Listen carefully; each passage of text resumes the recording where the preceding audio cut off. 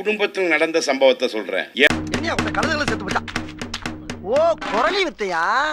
கொழுந்தியா 6 மாசத்துக்கு முன்னாடி வீட்டுக்கு வந்திருந்தா என் வீட்டுக்கு வந்தவன் உங்க அக்கா வீட்டுக்காரனா வீட்டுல இருக்கிறேன். என்ன பார்த்து முகம் கொடுத்து கூட பேசல.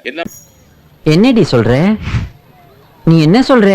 அம்மா எப்பமா வந்த என்னன்னு உங்ககிட்ட பேசி என்ன ஆக போகுதுன்னா, என்ன இப்படி பேசுற என்னம்மா? என்ன ஒருவேளை இருக்குமோ ஒருவேளை இருக்குமோ. இது பாருங்க, நான் சமையல் செஞ்சு வீட்டு வேலை எல்லாம் முடிக்கிற வரைக்கும் வெளியில எங்கேயும் போக கூடாது.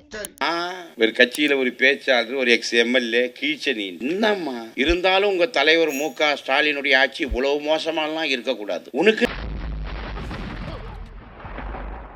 என்னம்மா மோசம் பண்ணிட்டார் அவரு? எல்லாருக்கும் 1000 வருது. மு.க. ஸ்டாலின் தான் ஒன்றிணைவோம் வா என்று சொல்லி ஒவ்வொரு ஊராக முகக்கவசத்தை இணைந்து கொண்டு